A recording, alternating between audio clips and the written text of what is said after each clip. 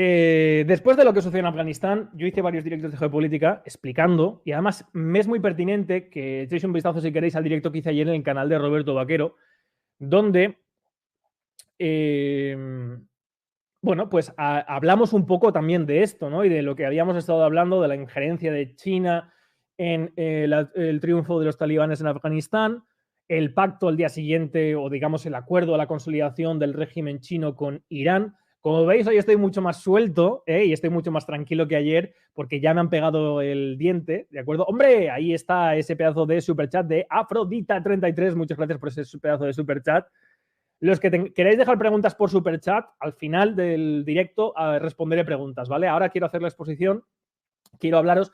Lo primero que quiero decir, yo no defiendo la tesis al 100% no os puedo decir, pongo la... Bueno, es que eso de que pongo la mano en el fuego me parece una chorrada. Yo no pongo la mano en el fuego por nadie porque te quemas. O sea, ya puedes estar seguro de alguien que poner la mano en el fuego... Ahora bien, yo no puedo aseverar al 100% que lo que ha pasado hoy en Sudán sea directamente orquestado, armado y generado por China. Ahora bien, un análisis político se hace con sólidos indicios y después de estar investigando lo que ha pasado y lo que esperaba que pasara, yo estoy convencido que hay una gran parte de participación de lo que ha pasado en Sudán que favorece a China, que interesa a China. Y ahora vamos a ver por qué. Ahora lo vamos a explicar.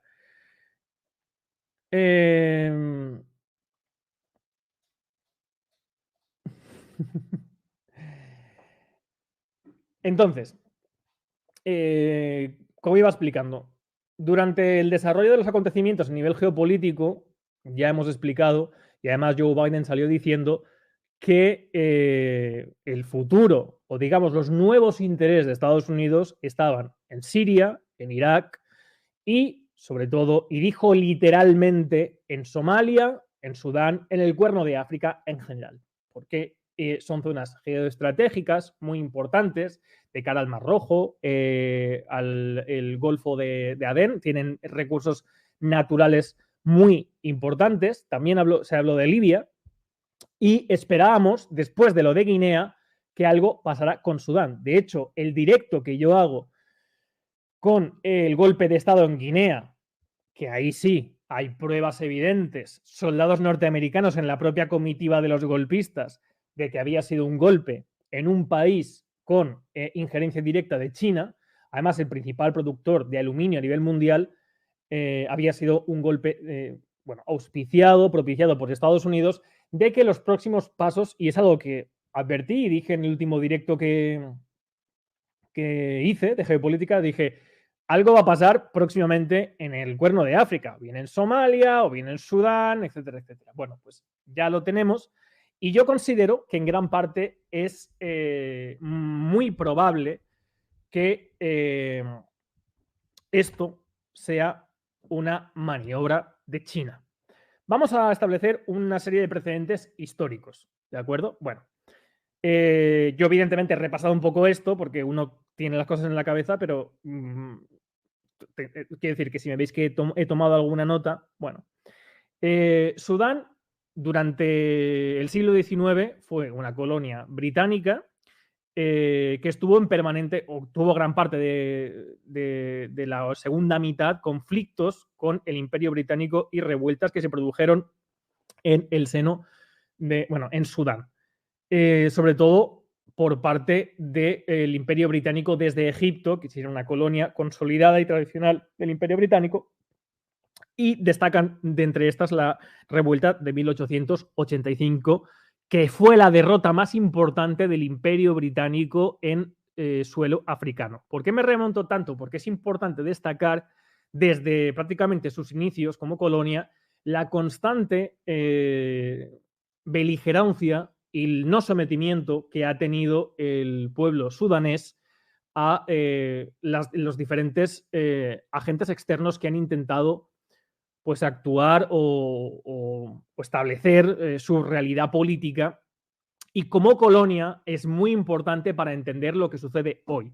Ahora hablaremos por qué, porque Sudán sobre todo desde la guerra civil que aconteció en 2011, creo recordar, esto no lo he apuntado. Está fracturada entre Sudán del Norte y Sudán del Sur, aunque es una realidad mucho más antigua, porque la parte del norte tiene una mayoría árabe, la parte del sur tiene una mayoría africana no árabe.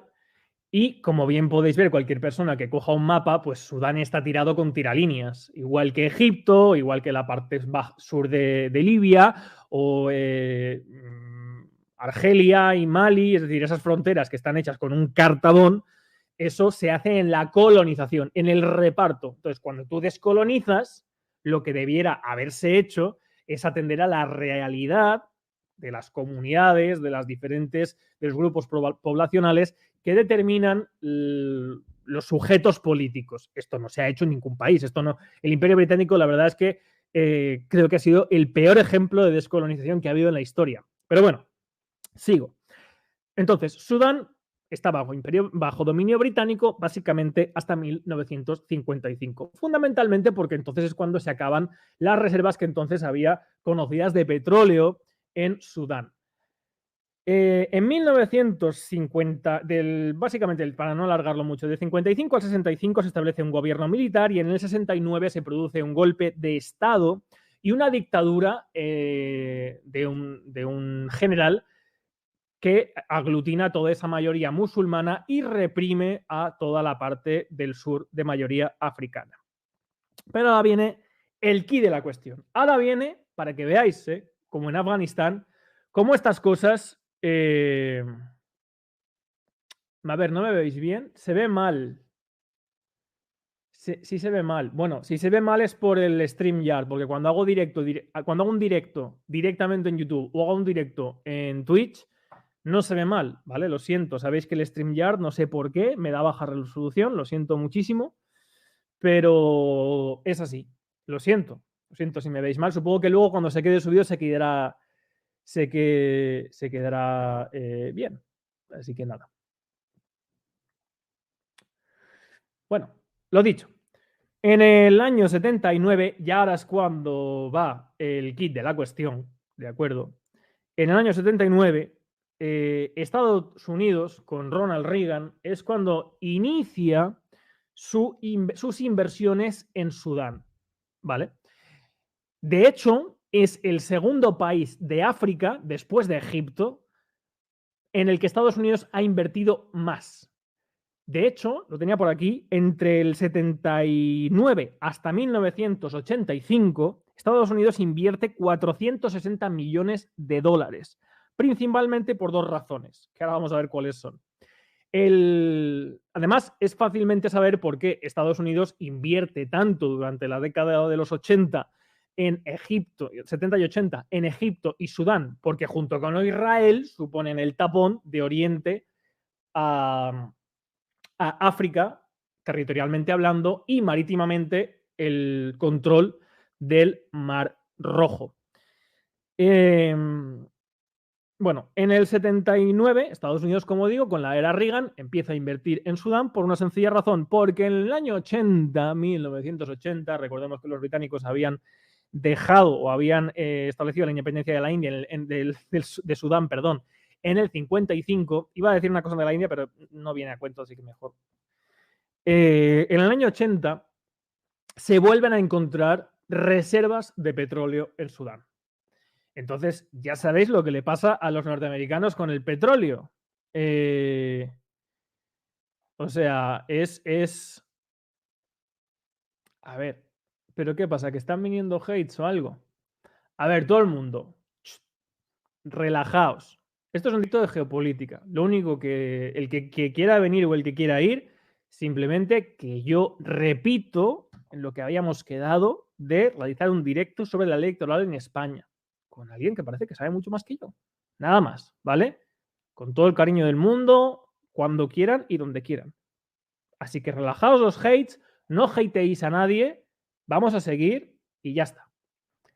¿Vale? Bueno. Dicho lo cual, bueno, en los años 80, 1980, se vuelve a descubrir petróleo en Sudán. Entonces ya sabéis lo que le pasa a Estados Unidos con el petróleo.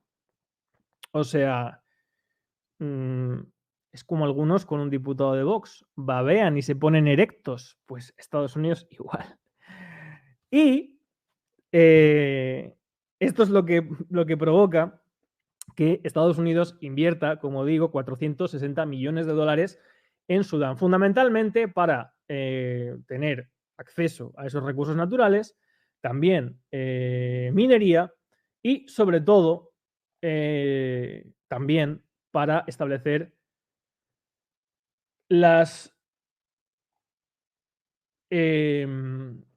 para establecer también bases militares. Esto no se invierte en el desarrollo de Sudán. Esto no constituye inversiones que enriquezcan a Sudán como nación o que establezcan más infraestructuras. Y eso provoca en 1985 una terrible hambruna que, tras diversos, el que le interese más profundizar, que lo investigue, pero bueno, tras diversos golpes y tal, establece una primera guerra civil, o estalla en una primera guerra civil, que culmina en 1989 con el régimen, ahora sí ya, de Omar al-Bashir. Omar al-Bashir en 1989 se convierte en dictador nacionalista de Sudán, aglutinando en un principio esa realidad de la mayoría musulmán y digamos, el sur de Sudán, que constituye diferentes poblaciones de diferentes etnias o tribus, y gobierna durante más de 30 años. Bueno, ¿qué pasa? Pues que a Estados Unidos no le mola nada en el 89 que le den un golpe de Estado donde había invertido 400, esto es lo que pasa siempre, o sea, tú has invertido 440 y tantos millones en un país en el que quieres tener hegemonía de sus nuevos yacimientos petrolíferos, además en Guerra Fría, en un país también importante para tener algún acceso, alguna base militar, etcétera, etcétera, y de repente se produce un levantamiento que, gracias también a la ayuda de Emiratos, bueno, de los países árabes, pues se consolida y a Estados Unidos esto no le mola un pescado. Entonces, Omar al-Bashir es, Estados Unidos rompe totalmente con este señor, no tiene tratos con él, lo pone en la lista de terroristas, bueno, en la lista de países amigos del terrorismo, etcétera, etcétera. En la Corte Penal Internacional le reclama para ser capturado por crímenes de guerra y crímenes contra la humanidad. Esto que le pasa, que hace Estados Unidos cuando a alguien cuando los dictadores no molan, ¿vale? Porque cuando los dictadores molan, Estados Unidos le parece que todo está bien, ¿vale? Que no pasa nada, que no son tan malos. Cuando los dictadores molan, los dictadores no son tan malos. Ahora, cuando los dictadores no molan, es decir, no me dejan sacar petróleo, ahí es cuando los dictadores son tiranos. O sea, no estoy justificando a los dictadores, estoy intentando hacerlo ameno, ¿vale? Para que todo el mundo lo comprenda. Pero entonces cuando la Corte Penal Internacional pues emite una orden de busca y captura contra este señor y rompe relaciones totalmente con Sudán. Bueno. Entonces, ¿qué pasa? Que quien aprovecha esto es China. Y China se convierte en el principal país que explota todos esos recursos en Sudán durante los primeros 20 años del régimen de Omar al-Bashir. De hecho, sobre todo en la zona sur, que es donde están los yacimientos petrolíferos, hasta básicamente 2011, porque en 2011 se produce una guerra civil que fractura el país, en lo que se entiende también como Sudán del Norte y Sudán del Sur, aunque se hable de Sudán en general, y fundamentalmente hasta el golpe de Estado de 2019. A pesar de que de 2011 a 2019, en el que China ya es mucho más cautelosa, ya no puede gozar de esa hegemonía de extracción de petróleo y de acceso a recursos naturales en Sudán, durante los 20 primeros años que ha llevado China, siendo el principal aliado de Omar al-Bashir, pues desde 2011, de acuerdo con la guerra civil y los problemas que empiezan a haber y la fractura del país, pues China intenta mantener sus inversiones, intenta mantener,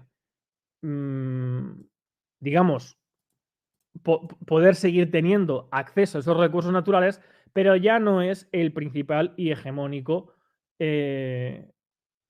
digamos, beneficiado de esos recursos, a pesar de que China sigue siendo un aliado, incluso a día de hoy, muy importante para Sudán. De hecho, en la ONU, China habla por Sudán. Bueno, en el Comité de Seguridad Nacional. El Comité de Seguridad Nacional, el Comité de Seguridad de la ONU, perdón. Vale. Entonces, en 2019, como os he explicado antes, hay una orden. Bueno, en 2009 hay una orden de captura contra este señor, Omar al-Bashir, y en 2019 se produce un golpe de Estado contra este señor.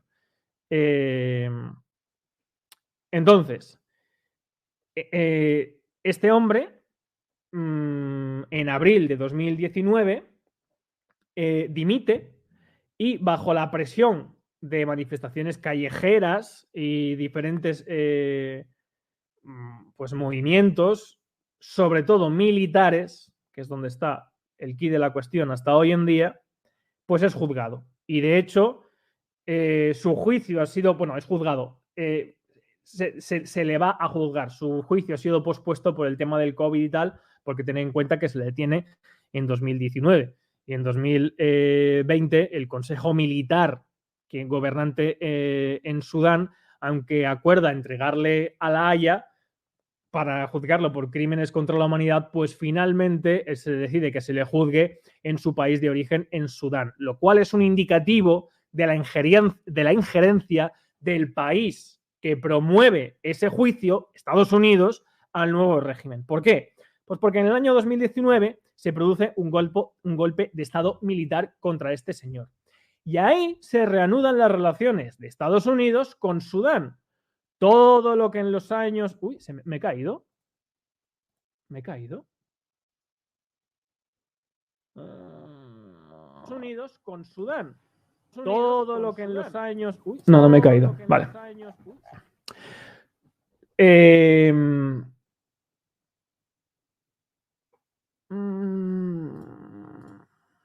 Bueno. Vale, disculpad, que pensaba que me había caído. Es que parece que en YouTube sí que va muy mal en YouTube. Bueno, no sé.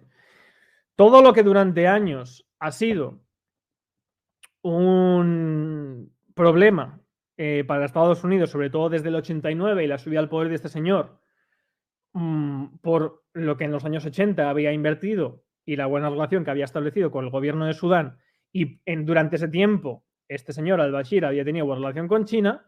Cuando se produce el golpe de Estado de 2019, Estados Unidos, en fin, ese golpe de Estado, pues en fin, no se sabe hasta qué punto fue un poco como la primavera árabe de Muammar el-Gaddafi, etcétera, etcétera. Es decir, puede que hubiera injerencia extranjera casi con total seguridad.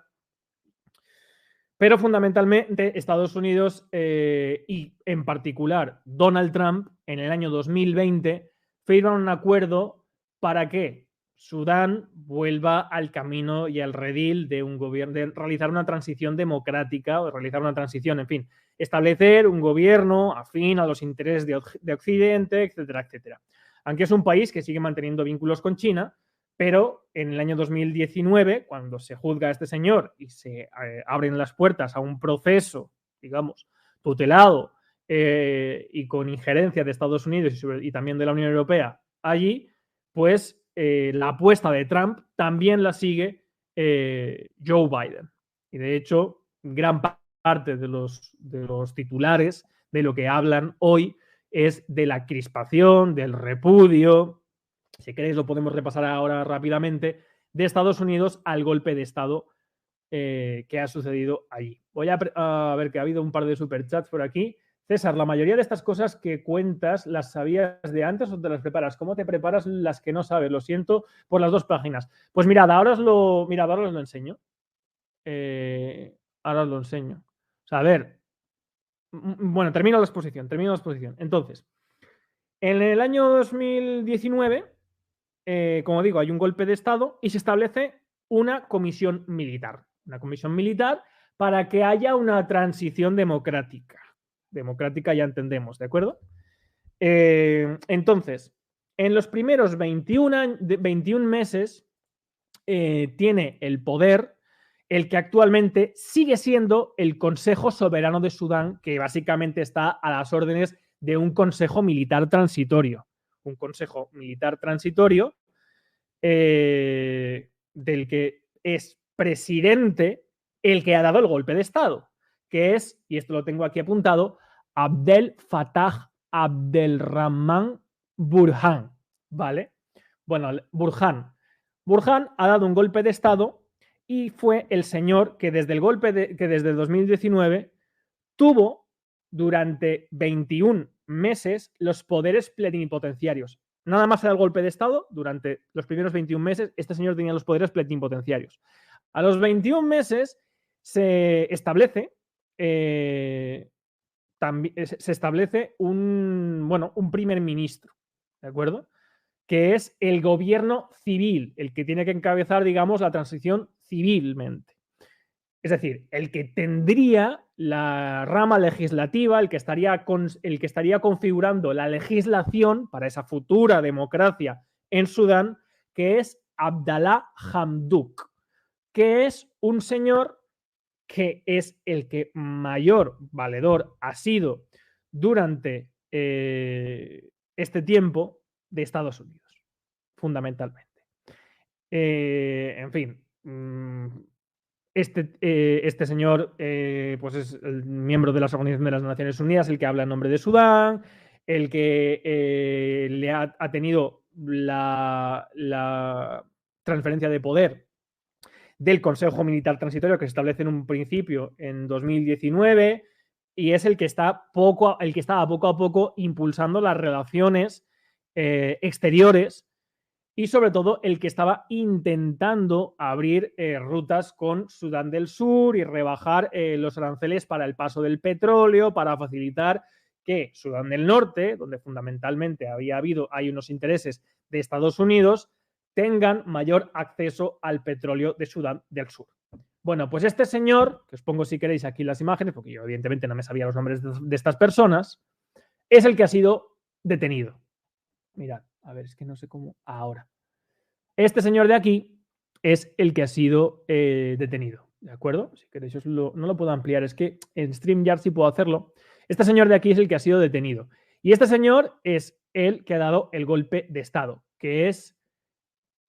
Y este de aquí, este señor, este sí que sabía quién era por la orden por la orden de la Corte Penal Internacional de achacarle o de culparle de crímenes contra la humanidad, que es al-Bashir, Omar al-Bashir, ¿de acuerdo? Que es el que lleva 30 años hasta 2019 teniendo el poder en Siria. Bueno, entonces, este tío, para que todos quede claro, es el que en 2019 se consolida, agosto de 2019 se consolida, en abril de 2019 se consolida como presidente del Consejo Militar Transitorio.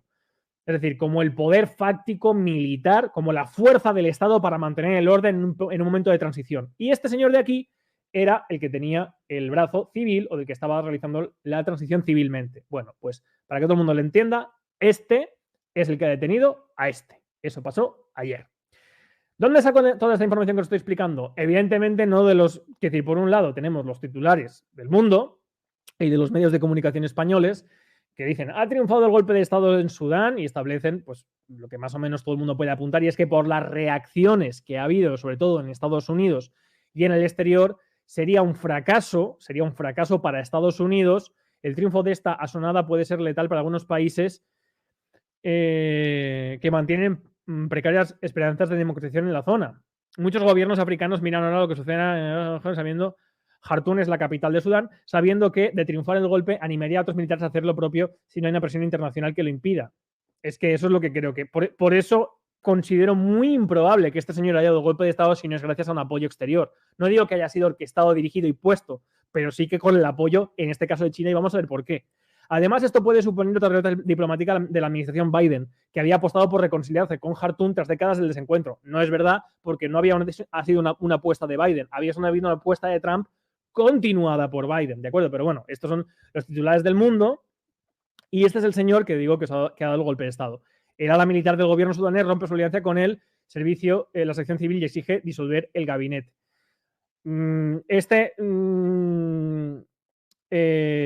Señor, este artículo tampoco es muy minucioso ni riguroso.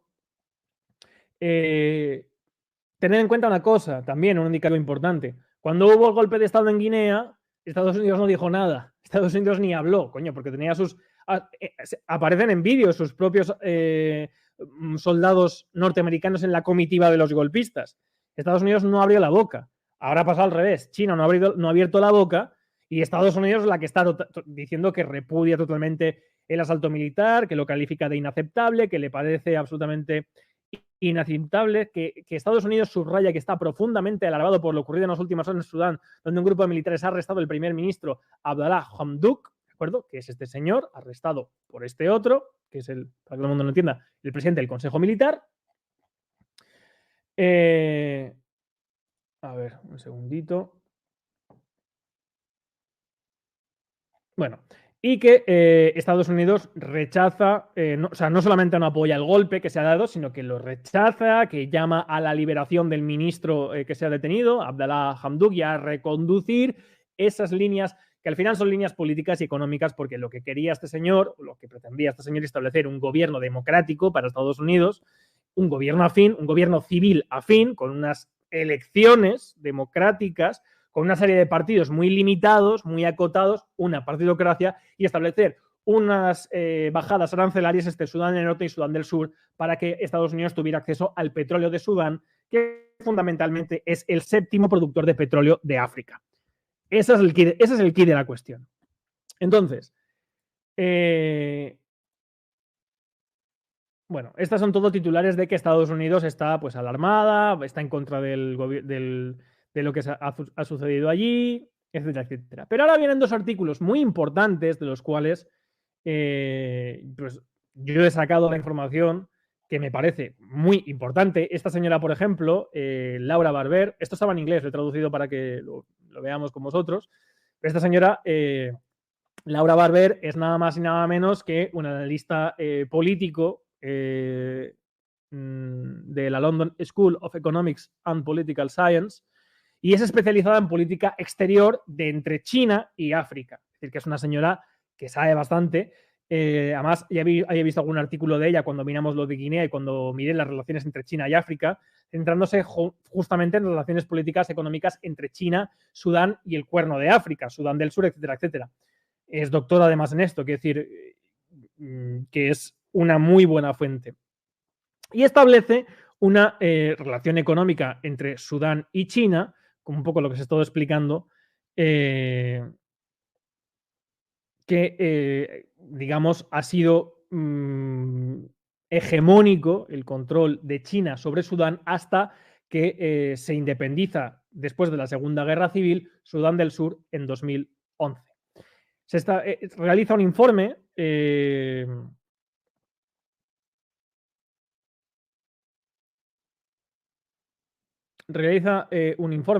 esta señora, en la que establece o resume la relación bilateral entre China y y Sudán, fundamentalmente en lo que os he explicado, en el petróleo sudanés desde 2011. Entonces, este artículo lo voy a dejar luego en la caja de descripción porque creo que es un muy buen documento, pero sobre todo es muy importante dos cosas. Este señor, que es el que ha dado el golpe de Estado, Abdel Fattah Abdelrahman Burhan, fue durante unos años el agregado militar de Sudán en China. Es decir, que es un señor que ha estado en contacto permanente y en China como agregado militar de Sudán. Y la fuente más fiable que tenemos, como siempre, son de los propios agentes, que aquí tenemos un artículo escrito nada más y nada menos en el 16 de septiembre del 2021 por Ma Chining, que no es otro que el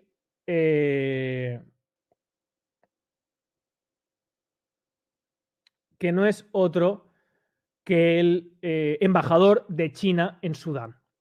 Y este señor escribió un artículo en septiembre de 2021 en el que habla de las buenas relaciones entre China y Sudán, y poniendo de manifiesto en contraposición con el primer ministro, que es este señor, poniendo de manifiesto las buenas relaciones entre Abdel Fattah Abdelrahman Burhan, que es el que ha dado el golpe de Estado, diciendo que habían hablado sobre todo de la felicitación el pasado 1 de octubre, se habían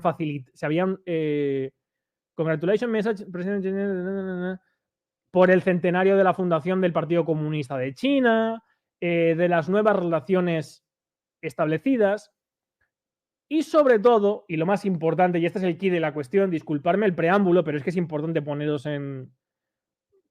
bueno, ya os digo, explicar un poco toda la situación, y es que el discurso que ha dado, que me lo había guardado, pero a ver si lo puedo poner, el discurso que ha dado este señor, el que ha dado el golpe de Estado, vamos a poner Sudán, golpe de Estado, a ver si aparece.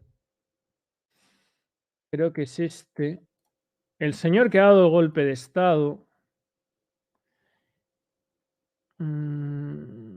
ha dicho aquí. Ha justificado el golpe de Estado. Primero ha declarado estado de emergencia en todo el país, ¿de acuerdo? Como si dijéramos el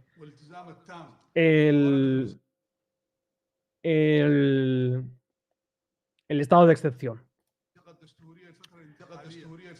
Y como en 2019 se estableció un compromiso de 2 años, de que el gobierno provisional tenía que durar 2 años, hasta 2022 estaba calculado que estuviera, y entonces se produjeron las elecciones libres, y el derrotero que estaba siguiendo el gobierno civil no le ha gustado al gobierno militar, está diciendo que ha dado un golpe de Estado para volver al compromiso inicial y defender la revolución que se había proyectado en 2019.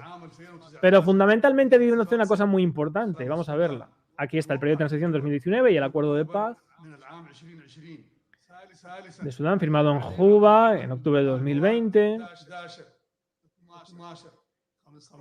Suspender artículos constitucionales de la Constitución de Sudán, documento constitucional, que supongo que serán de libertades. Y ahora dice una cosa muy importante. Todos los tratados y acuerdos internacionales firmados durante el gobierno de transición. ¿A qué acuerdos y tratados se refiere? Puede referirse, por un lado, a los acuerdos y tratados internacionales. El de 2020, que básicamente no es tampoco muy concreto con Donald Trump, más que mejorar las relaciones, pero aquí tenemos, y ahora os lo pongo para que lo veáis, a ver si lo puedo traducir, a ver si me lo traduce bien. Es que las traducciones de Google a veces, yo intento leerlo en inglés, aunque me cuesta un poco, voy lento, pero bueno, a pesar de las dificultades, cooperación yo os repito, esta fuente, esto es el embajador chino en Sudán, quien escribió esto en septiembre de este año. Cooperación ampliada en beneficio mutuo. Bueno, durante ese periodo de transición, China, a pesar de las dificultades, dice el embajador, se han logrado avances satisfactorios en importantes proyectos de cooperación, incluida la firma del acuerdo de implementación del proyecto de matadero de ayuda a China, la firma del acuerdo de cooperación entre la RRC Xiangco, una compañía china, y Sudan Relaos Corporation, una compañía de Sudán, y la firma de la cooperación, acuerdo para la exploración y la explotación de minerales entre Wanabo Mining y el Ministerio de Energía y Minería de Sudán. Es decir, los acuerdos fundamentalmente son acuerdos comerciales que aquí está estableciendo el primer ministro chino en Sudán entre el gobierno de Sudán y las empresas chinas que van a explotar y a explorar minerales y petróleo en Sudán. Entonces, me parece cuanto menos importante que quien ha dado el golpe de Estado, primero, sea una persona tradicionalmente vinculada a China contra el gobierno civil que estaba avanzando en pasos desde 2020 con acercamientos a Estados Unidos. Segundo, que esa persona en su toma de posesión declare el estado de emergencia, suspenda derechos y diga que va a garantizar el cumplimiento de los acuerdos internacionales que fundamentalmente se fraguan en acuerdos comerciales con China y sobre todo, que esto es muy importante también, acuerdo y apoyo mutuo de este señor en particular, que esto sí lo dice por aquí, que lo he leído antes en inglés, de este señor en particular, es decir, del señor Burhan, el que ha dado el golpe de Estado, en apoyo a China en materia de derechos humanos y rastreo de origen del COVID, y otros temas relacionados con China. Es decir, en tema de derechos humanos ya vemos cómo está China. Si este señor apoya directamente el gobierno de China, en tema de derechos humanos y en política internacional, así como en la conferencia ministerial de la Asociación de Sudán, y Sudán respalda categóricamente, como dice el primer ministro chino, en estos temas relacionados a China, pues ya sabemos qué apoyo puede tener de los derechos humanos este señor. Cuando lo que realmente le pueda importar o le pueda beneficiar es directamente por los acuerdos comerciales que haya habido de China, que de 2011 solamente tiene o quiere garantizar, yo creo, mi percepción, de acuerdo con estas dos fuentes, una doctora especialista en las relaciones entre China y Sudán y el propio embajador chino en Sudán. China desde 2011 no ha tenido la hegemonía energética que ha tenido durante toda la era de Omar al-Bashir, con el peligro ahora mismo de que Estados Unidos, como dijo Biden, ingiera directamente en ese proceso de transición que se está produciendo en Sudán y tenga acceso al séptimo productor de petróleo de Sudán. Pues entonces lo que ha hecho China, bajo mi punto de vista, es garantizarse el acceso y garantizarse la hegemonía a donde tiene las mayores inversiones, que es en el sur de Sudán, con las compañías y los tratados de explotación y exploración en exclusiva del petróleo y la minería en Sudán. Es decir, en aspectos materiales, en aspectos económicos, que son las circunstancias clave en la política, y en aspecto de agentes, creo que hay indicios más que suficientes para, si no decir que China ha sido la que ha dado este golpe de Estado, que el señor que ha dado el golpe de Estado, que es Abdalef al-Burhan, sí, este señor, que ha detenido al primer ministro, lo hace con el beneplácito, con el apoyo de China y además en su primera comparecencia pública ha dejado claro que lo que va a respetar ante todo son los acuerdos establecidos con China. Los acuerdos comerciales, no solamente los fundamentales, que son los de exploración y explotación exclusiva de minerales y de petróleo, sino también, por ejemplo, el más reciente que lo pone aquí también, en 2001, en exportación de algodón de China en materia textil y la utilización de más de 10.000 hectáreas en Sudán para las empresas China, como es Seni 1, que cultiva algodón. Entonces, yo creo que estas son las claves que nos dejan ver que este señor, el señor que ha dado golpe de Estado, casi con total seguridad, no digo que pondría la mano en el fuego, pero bajo mi criterio, mi experiencia, mi estudio de la historia y de los operadores políticos y de los intereses, este señor, yo creo que no da un golpe de Estado contra el primer ministro, que además estaba teniendo un acercamiento hacia Estados Unidos, sino es con el apoyo y el beneplácito del gigante asiático, con China. Igual que, pero lo mismo que sucedió en Afganistán, y es que los talibanes acrecentaron su avance gracias al apoyo de China contra los acuerdos firmados de Estados Unidos y los plazos para retirarse. Pues es lo mismo. Yo creo que China se ha adelantado a Estados Unidos. ¿Y cómo lo vamos a saber? Pues muy fácilmente, sabiendo si el golpe de Estado de este señor triunfa o no.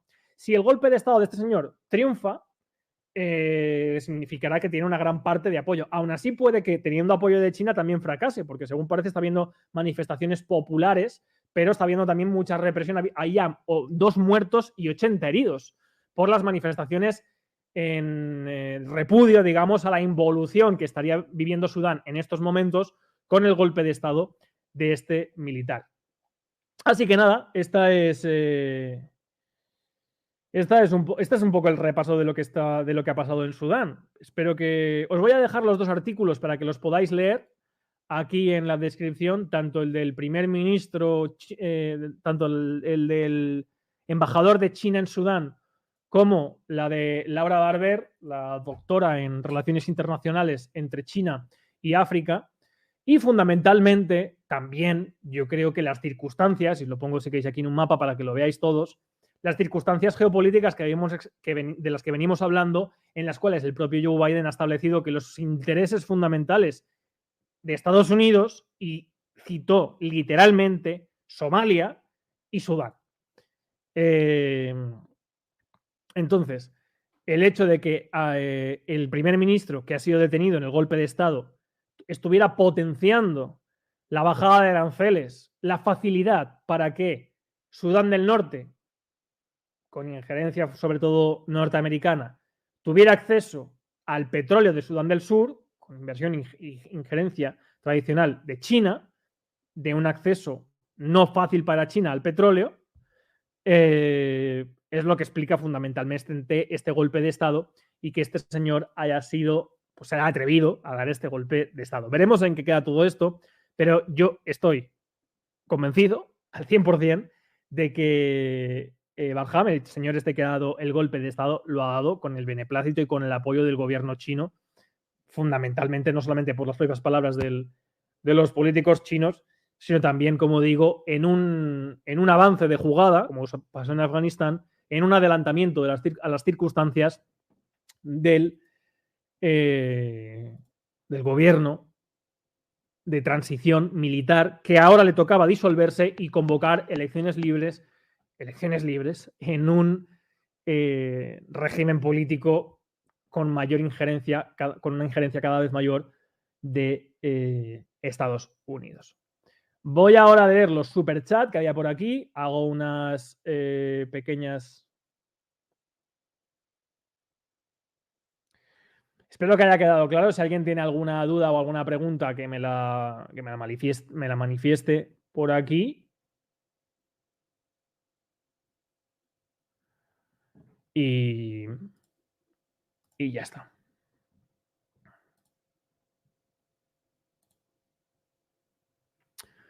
A ver, ¿dónde estaba esto de los superchats? Supers.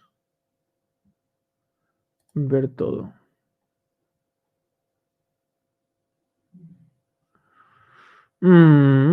Sería muy enriquecedor, dice Sebastián Rodríguez, una entrevista a Daniel sobre los acontecimientos geopolíticos actuales. No sé quién es este señor. Me suena que me lo habéis dicho ya alguna vez. De todas maneras, hago muy pocas entrevistas, tampoco es que tengo mucho tiempo. Es un polémico escritor, investigador y orador ruso, canadiense, hijo de padre científico y madre pianista. Trabajó como agente contraespionaje para el Servicio Federal de Seguridad de la Agencia de Inteligencia Rusa. Bueno, sí, puede ser interesante. Voy a apuntármelo. He visto que tiene canal este señor. Daniel Stulin Televisión. Bueno, veré a ver un poco de qué pequeojea, que no sea un conspiranoico loco. Que hay gente que, en fin, que los servicios de espionaje trabajan muchísima gente. Lo digo porque a veces, coronel de no sé qué, ex agente de no sé dónde, y ya parece que, vamos, que haya tenido en sus manos los papeles del asesinato de Kennedy. O sea, hay mucha gente que trabaja para los servicios de inteligencia, mucha. Dice César, la mayoría de estas cosas que cuentas lo sabías de antes. Ah, vale, sí, esta no le respondió. Bueno, pues eso, lo que hago básicamente es, la situación de Sudán, así a grandes rasgos, sí la conocía, sobre todo lo de Omar al-Bashir y lo de que llevaba 30 años allí, lo de la injerencia de Estados Unidos en los años 80, pero evidentemente para no equivocarme con las fechas, que ya por lo que he empezado en el directo, hay gente que está esperando y siempre hay comentarios de Rubén, has dicho no sé qué cuando es no sé cuántos, has dicho 95 cuando era 94, tal, que está bien, ¿no? Pero que entender que yo cometo esos errores porque, bueno, evidentemente me preparo los datos antes que no conozco todas las fechas correctas y exactas, entonces sí que tengo un pequeño mapa conceptual y si no, en fin, si es algo que, si es un país del que no sé absolutamente nada ni tengo nada, no hago directo. Pero en este caso, sabiendo que Sudán es un país fundamentalmente, creo que el 89% del PIB de Sudán viene directamente del petróleo. O sea, es un país con grandes yacimientos minerales y el séptimo productor de África de petróleo, pues creo que está en clave de lo que es la geopolítica y de los intereses de los diferentes agentes que ahora mismo están disputando los recursos y la energía después de lo de Afganistán. Eso es lo fundamental. Pero evidentemente, pues el nombre de este señor, del golpista y del nuevo, no lo sé. Luego, lo que intento sobre todo es buscar expertos internacionales y buscar las reacciones de los propios agentes, la reacción del gobierno chino, la reacción del gobierno de Estados Unidos, es lo que os he dicho antes. Tened en cuenta también que el gobierno de Estados Unidos, cuando hubo el golpe de Estado en Guinea, no dijo ni pío. No dijo, esto es una tropillería, no, se quedó callado porque, pues por lo que fuera, ¿no? Y ahora, en cambio, ha salido como un león. No puede ser, esto es un ataque, una regresión a Sudán, no sé qué, no sé cuántos. Que habrá quien diga, sí, pero realmente es una estrategia, porque es, bueno, en la política muchas veces no es tan enrevesada, de hecho es mucho más sencilla, porque los acontecimientos que suceden dan margen de maniobra muy escaso y las variables que se producen a raíz de los acontecimientos no garantizan el resultado. Es decir, el hecho de que este señor haya dado un golpe de Estado no significa que ahora Sudán ya vaya a ser para China y quede ya para China y tal. Esto ha sido una jugada desestabilizadora en Sudán que mi punto de vista es que quien la ha perpetrado cuenta con el apoyo de China, pero que también la puede aprovechar Estados Unidos. Vamos a ver cómo se desarrolla. Pero lo que hago fundamentalmente es buscar fuentes que conozcan y que sean expertas en la materia, sobre todo en clave internacional, y luego los propios participantes, los propios agentes, en este caso que ha dicho China, que ha dicho Rusia, que ha dicho si hay precedentes, qué relaciones hay anteriores entre el gobierno de China y el gobierno de Estados Unidos con Sudán, con los diferentes agentes, en qué momento, en fin, todo eso. Vamos que sí, me lo preparo. A ver, Pedro Baños sí o sí. Pues vete a vaporizar. Has aprendido de Hilde, dice Timar Hurtado. A ver si está en Twitch todo correctamente.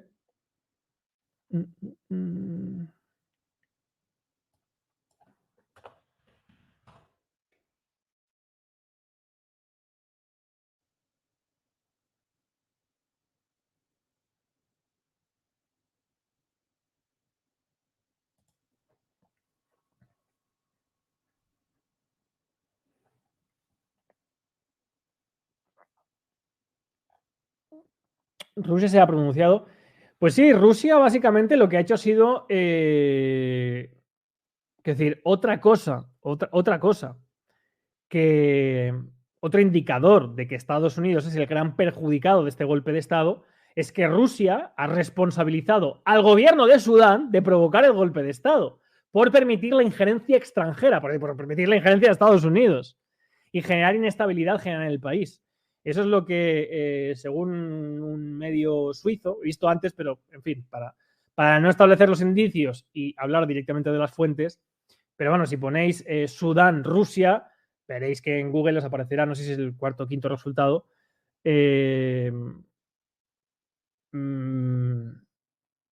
lo que ha dicho el gobierno, el ministro de Exteriores de Rusia ha hablado sobre lo de Sudán y ha dicho básicamente esto, que ha dicho que la injerencia extranjera a gran escala, fundamentalmente la de Estados Unidos, en asuntos, básicamente lo mismo, es lo mismo que he dicho sobre Afganistán, casi lo mismo. O sea, lo mismo que dijo Putin sobre Afganistán, que es culpar al gobierno. ¿Por qué empezáis a hacer un gobierno y tal bajo la injerencia de potencias extranjeras? Pues golpe de Estado, pues tal, es lo mismo, lo mismo.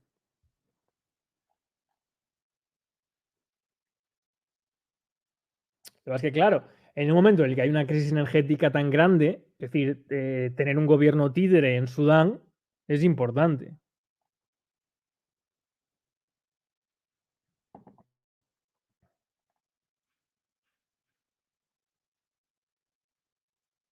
A Rusia le pilla lejos sus principales intereses contra China, no se va a meter.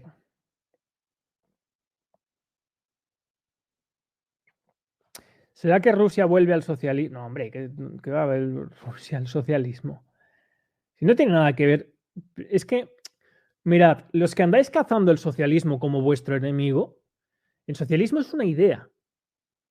No se basa en las reglas de la política, salvo un socialista idílico, pero creo que eso no ha existido en la historia de la humanidad. Comunistas, idealistas, perdón, idílicos. Idealistas, sí. Socialistas, muy pocos, porque el socialismo en política es la tibieza del comunismo y que es la que crea y la que fundamenta la idea de la socialdemocracia, que es la lucha por el poder bajo premisas sociales. Pero los que buscáis, yo entiendo que haya mucha gente que, como los dictadores y los totalitarios, sobre todo en América Latina, han escudado su totalitarismo y su autocracia en la idea del socialismo, creen que el socialismo es malo. Con esto no estoy defendiendo el socialismo, lo que estoy diciendo es que el socialismo no es el socialismo es una idea. Es como el liberalismo del que hablan los partidos, no por eso el liberalismo es malo. Ahora bien, lo que hay que ver es, por eso es muy difícil. Yo que sé que esto no triunfa, ¿no? Porque es mucho más fácil estar aquí y decir, es que es un socialista de mierda, no sé qué, no sé cuántos, y pues eso, mirad, en fin, también estoy yo aquí solo, pero hay canales que funcionan con esto. Hay que mirar cómo se articulan las relaciones de poder, es decir, cómo se realizan las luchas entre los diferentes facciones o grupos de fuerza. Eso es la política. Eso es la política. Si yo me convierto, si mi poder se hace hegemónico y no responde ante nadie, yo lo puedo hacer bajo la premisa del socialismo, pero también lo puedo hacer bajo la premisa del nacionalsocialismo, del fascismo, del bolchevismo o de cualquier otra idea genial y utópica. Lo que hay que ver es cómo funciona, cómo opera el poder, qué mecanismos tiene de control. El que evita el control de su poder es porque lo que busca es la dictadura, un sistema, una autocracia o una oligocracia. Por ejemplo, el sistema político español carece de límites y control, pero la continuidad se basa en la corrupción. Primero, en extender la corrupción cuanto más posible para que la gente quede anestesiada, y segundo, entre la corrupción de los diferentes agentes, que son los líderes de cada partido, y todos juegan la misma partida. Todos aceptan la politización por turnos del Poder Judicial. Todos aceptan que el pueblo no tenga mecanismo alguno de defensa. Todos aceptan la inmunidad y la inviolabilidad, tanto que se quejan del rey, al designar directamente al Tribunal Supremo. Ese es el consenso, que, como decía Margaret Thatcher, es un concepto antidemocrático. La democracia se basa en mayorías y minorías, porque no hay vacíos de poder. La gente que establece, y lo siento, la imbecilidad de crítica a la democracia como la dictadura de la mayoría, carece de la formación básica de los fundamentos de la política. En política no puede haber vacío de poder. Por lo tanto, o hay dictadura de la mayoría o hay dictadura de la minoría. Lo que no puede existir es el gobierno, la dictadura de la totalidad o la obligación de la totalidad. Y porque confunden los fundamentos de la política con la aplicación y la ejecución de la misma. La idea de soberanía. Creen en aspectos que sí, habló von Mises de ellos, pero con mucho más tino, de la soberanía individual, que es un concepto absurdo, porque uno no puede ser soberano de sí mismo, sí. Claro, es como si yo digo, ser soberano de sí mismo es como decir, cojo este vaso porque me he autoobligado a cogerlo. es una tautología, es absurdo.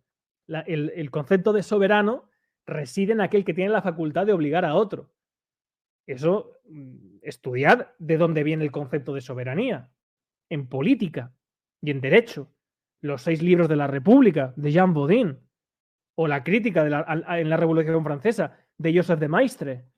Del concepto de soberanía, cuando Rousseau inventa aquello de la soberanía popular y todas estas chorradas. En fin. Salvo si es bipolar, exactamente. Si es bipolar, sí.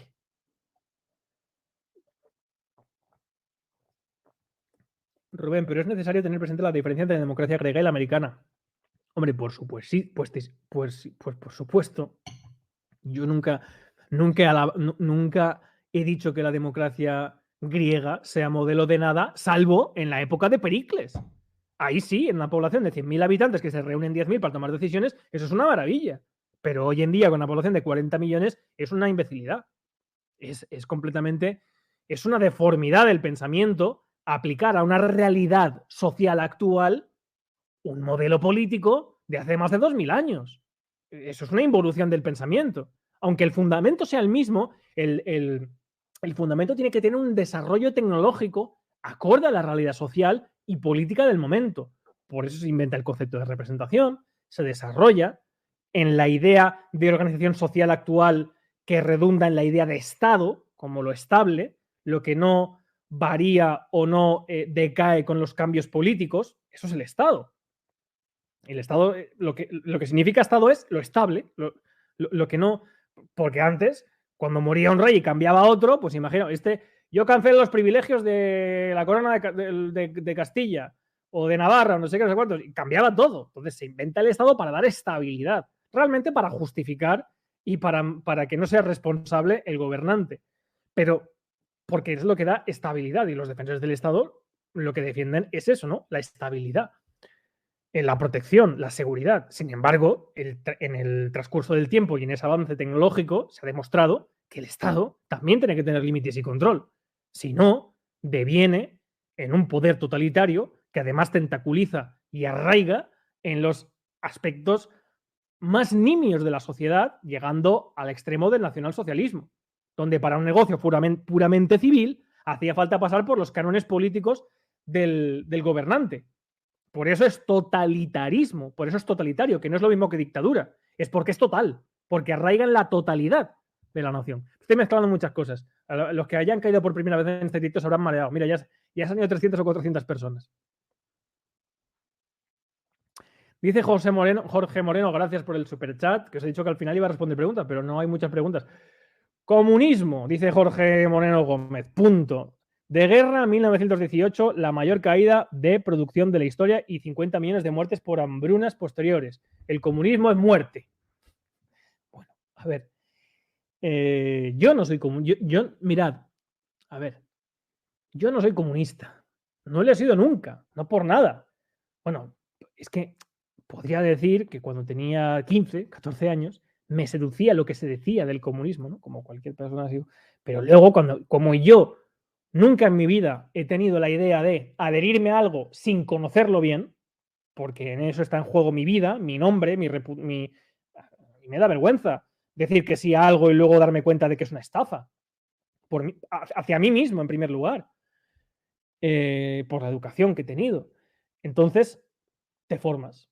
Y entonces te das cuenta de los fundamentos irrealizables, utópicos, que no tienen lugar en el tiempo, perdón, que no tienen lugar tópico en el espacio, igual que ucrónico es lo que no tiene lugar en el tiempo, utópico es lo que no tiene lugar en el espacio, que no puede acontecer nunca, que es el ideal del comunismo. Otra cosa es el desarrollo que tiene un régimen totalitario como fue el bolchevique en una población de millones de personas, en la configuración de una realidad política como fue la URSS, que pretendía una transformación que realmente no se llevó a cabo en ningún momento, más que la consolidación de un poder que oprimió de la misma manera que la de los zares. Si ya la caída de los zares se produce por algo, y es porque ya había esa hambruna, ya había esa situación de involución de Rusia, donde más del 80% eran personas que trabajaban en la tierra, no tenían propiedad y morían de hambre. Por eso se realiza la Revolución Rusa. Entonces, eso no cambia de la noche a la mañana. Eso no de repente llega Lenin y dicen todo el poder para los soviets y todo cambia. Por mucho que hagas la dictadura del proletariado. Eso no cambia así. Entonces, yo no estoy defendiendo el comunismo. Mucha gente se piensa que por decir que el problema no es el comunismo es porque yo soy comunista. No, es porque hay que conocer lo que es el comunismo. Hay que leer El Capital, hay que leer a Rosa Luxemburgo, a Marx, la Teoría Racional Socialista, Otto Bauer. Hay fundamentos filosóficos y teóricos de la internacional, no del comunismo, del materialismo, que nace con Marx, con Engels, que son una auténtica maravilla, porque son ciertos y están basados en aspectos verdaderos. Pero hay otros que son idílicos, que pertenecen al mundo de las ideas, que son irrealizables. La parte que es buena es la parte analítica, la parte metodológica, pero no la toman, no la inventan Marx y Engels. Tiene, por ejemplo, grandes fundamentos también en Maquiavelo. Habrá quien por aquí diga, Maquiavelo comunista. Pues Maquiavelo también, Maquiavelo no mola, Maquiavelo es un comunista.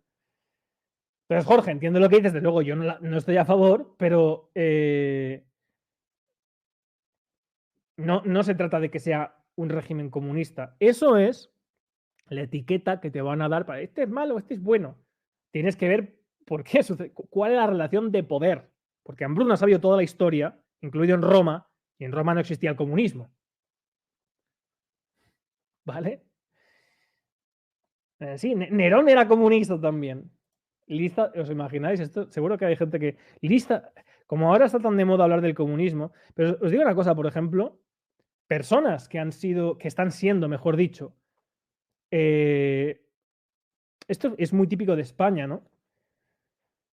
Yo realmente muchas veces me encuentro defendiendo las tesis liberales con más vehemencia y con más concreción que mucha gente que en España habla de liberalismo o se llaman liberales y lo que hacen es defender un partido estatal con subvenciones estatales, con tentaculización que apoya y que ha desarrollado el Estado más grande de la historia de España con empresas públicas y se llaman liberales. Y yo me encuentro desde tiempo, pues yo estoy de lo que está hablando es de partidos civiles pagados por los ciudadanos, de reducción del Estado, de límites sin control al Estado y al poder.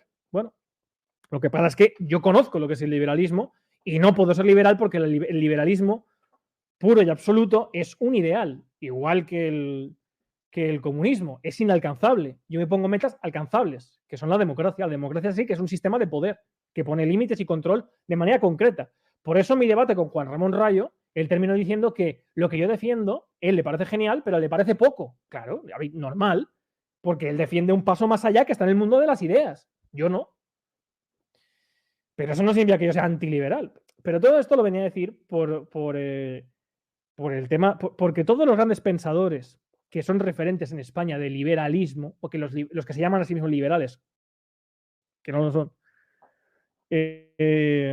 toman como referentes, son resentidos del comunismo por haber sido comunistas en su juventud, como por ejemplo Escotado, como por ejemplo Federico Jiménez Los Santos. Y para ellos todo es como aquella chica guapa que nunca pudieron besar. Pues eso, son resentidos contra el comunismo. No tienen análisis político fundamentado en la lucha de poder, que eso es la política. Se van siempre al discurso ideológico resentido contra aquello que creyeron y nunca les dio la satisfacción intelectual que buscaban, el comunismo.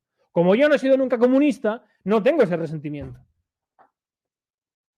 ¿Vale? La chica sin color dice, pero Rubén, ¿qué relación de poder mantienen actualmente Rusia y China? Porque pareciera que por estar en contra de Estados Unidos apoya las acciones de China. No, pero vamos a ver, Rusia lo que busca es su independencia. Y Rusia no ha aspirado más durante, sobre todo desde la era Putin, más que a defenderse de Estados Unidos y a defender sus intereses.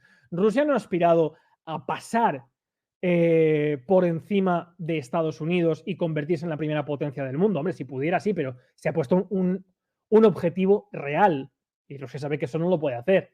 Entonces, le parece bien que China sea un nuevo agente con el que si se puede se llevará bien mientras no le toque la moral. Pero por eso Rusia a lo que se ha dedicado durante muchos años es a el desarrollo tecnológico de sus armas con los torpedos Skal, por ejemplo, que todavía no se sabe cómo hacen la cavitación esa para andar por cientos de kilómetros por hora por debajo del agua. Entonces, Rusia se ha dedicado a mantener su independencia militar y a que nadie le moleste. A eso se ha dedicado Rusia. Pero no son aliados China y Rusia. No es que Rusia y China sean amigos chupipandi, porque los intereses de Rusia pueden ingerir en contra de los intereses de China y viceversa. Y a Rusia tampoco le mola que China pueda ser un país del que dependa el día de mañana económicamente por ser el principal productor que deja su producción por los suelos, como le pasa a Estados Unidos, como le pasó a Estados Unidos, que ahora está intentando recuperarse de eso, pero es muy diferente, es muy difícil, porque China mantiene el yuan muy bajo, utilizando los dólares de los productos que le compran para comprar deuda a Estados Unidos, mantiene el yuan bajo y el dólar alto, y por lo tanto los productos de Estados Unidos son siempre más caros que los chinos. De eso se han quejado todos los políticos norteamericanos. Bueno, pues ya estaría, ¿no? Además, es que esto también es un poco el rollo este que, es decir, si yo, por ejemplo, hoy he compartido un vídeo de Rayo, yo no tengo ningún...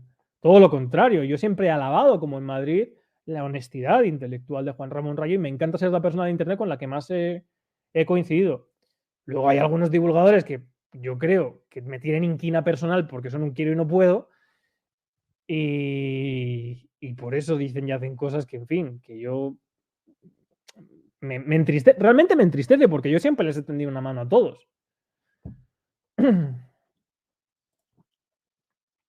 Lo coge de un chiste, en fin, cosas completamente locas, pero luego, sí, en fin, no voy a entrar ahí, la verdad. ¿Cómo va el libro? Gracias por tu labor y muchos éxitos. Pues muchas gracias a JStar08. La verdad es que ahora, como he estado llevando, es lo que he dicho, no he empezado los matinales hasta hoy. Hoy es el primer matinal, que de hecho voy a cerrar ya el directo porque son las 12 y mañana quiero hacer matinal también, quiero levantarme pronto para hacer algunas cosas, pero hasta ahora tenía algunos casos de abogado, de despacho, que ejerzo aquí, y tenía que finiquitarlos, y también tenía la Asamblea General y organizar algunas cosas de la Junta Democrática, que ha sido el fin de semana pasado, y todo eso es tiempo, y son reuniones, y son cosas que, bueno, algunos trabajos de abogado sí, pero que lo de la Junta Democrática no supone ingreso alguno, más todo lo contrario. Yo hice la reflexión incluso en la Asamblea, ¿no? Alguna gente que también me ataca por internet, en fin.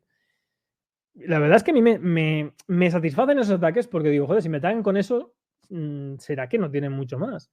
Tened en cuenta que la Junta Democrática, por ejemplo, creo que había tenido un ingreso durante todo el año de 8.000 y 9.000 euros, ¿no? Que a pesar de lo que ha conseguido, de hacer 2 campañas mediáticas y que se hable de ser trending topic y tal, está en superávit, igual que el Estado español. Porque intentamos gastar poquito y mantener remanente. No cobramos nadie, evidentemente, ya lo sabéis. Es una asociación civil que busca persigue un objetivo político desde la independencia absoluta y defendiendo los intereses más amplios de todos los ciudadanos españoles que busquen poner límites sin control al Estado español. Bueno, pues fijaos, esos 8.000 o 9.000 euros, si yo no hubiera creado la asociación, hubieran venido a mí por Patreon, por donaciones, por superchats, por lo que fuera. Entonces, a eso me refiero, ¿no? Que la gente que dice, es que tiene su chiringuito montado con la Junta Democrática. Si la Junta Democrática no me reporta nada, más todo lo contrario, es gente que deja de aportarme a mí como divulgador para aportar a esa causa, a la logística, al desarrollo de las campañas que hace el equipo de comunicación y esas cosas con la Junta Democrática. Que esto lo explico simplemente para que lo sepáis. La gente que no sabéis nada de la Junta Democrática ni de la asociación civil esta, pues echad un vistazo y eso. Así que serías tan rico como Roma Rubén, qué mal te lo montas. Bueno, pues es que necesito poco para vivir, y además estoy súper agradecido a la gente que me apoya en Patreon, la verdad. Suponen, por ejemplo, en los meses de verano, que divulgué muy poquito, pues evidentemente YouTube me cayó, pero bueno, cogí algunos casos. Siempre tengo gente que me manda correos de, oye, o sea, si yo quisiera trabajar como abogado única y exclusivamente y no dedicarme a la divulgación, viviría como un rajá. Pero cogí algunos casos como abogado de más, divulgué menos, y también tenía la estabilidad de Patreon, ¿no? Tener gente que, independientemente de que crees o no crees contenido, te apoya, cada uno con lo que quiera, en Patreon.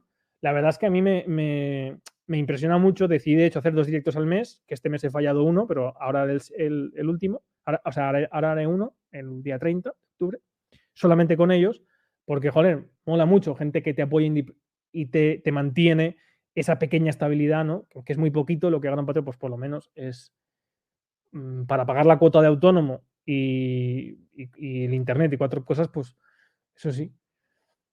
Y lo agradezco mucho, ¿no? Y la gente, desde luego, también que apoya en Twitch y también los que hacéis super chat. Pues bueno, yo con eso me doy por satisfecho. Y creedme, es que no